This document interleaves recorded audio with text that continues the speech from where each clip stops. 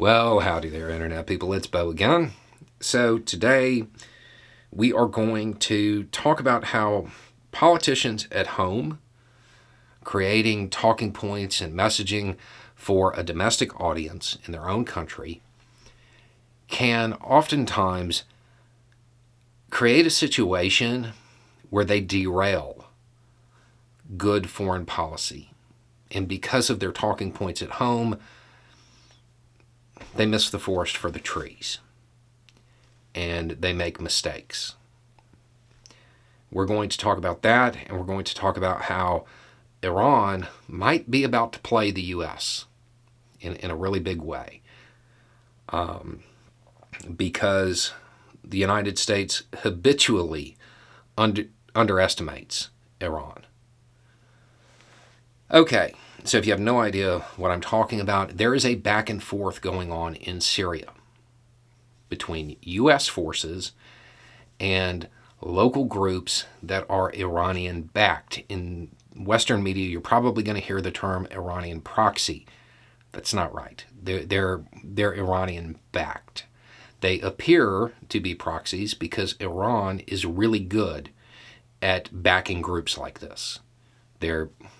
They are top 3 in the world. This back and forth is occurring. The groups hit a U.S. base, the U.S. responds, and it goes back and forth. The media seems to be intent on making it seem as though this is kind of a new development, like it started last week. That's not true. This has been occurring, if I had to guess, every other week for years. It's not a new development. There was a situation in which there were injuries and somebody was lost, and that put it into the news cycle.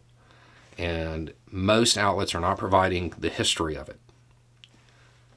Okay, at the same time, there is a, quote, feeling that these hits by these groups are becoming more deliberate and more intense. Okay, I really hope you're picking up the disdain in my voice for the idea that foreign policy decisions might be based on feelings, but let's just take that and file it away for a second. So, in the U.S., what's the response going to be? You're going to have 2 camps develop. One is the hawkish camp. It's going to be like, we need to go in there and clean house and send somebody else's kid over there to do that, You're going to have that group. And then you're going to have the proportional response group, which is basically just maintaining the status quo, back and forth for however long. The mission in Syria has become nebulous at best for the United States. Okay, so let's assume for a second that the feeling is correct. They are becoming more intense and more deliberate. Why? The eternal question, right? Intent. Why? Why at this moment? If you take a step back, you realize these groups are backed by Iran. Iran is also backing another country. They're providing them with tools, Russia, to operate in Ukraine. It would be incredibly helpful to Russia if the United States was to get bogged down in Syria. It doesn't hurt Iran. They're not their people.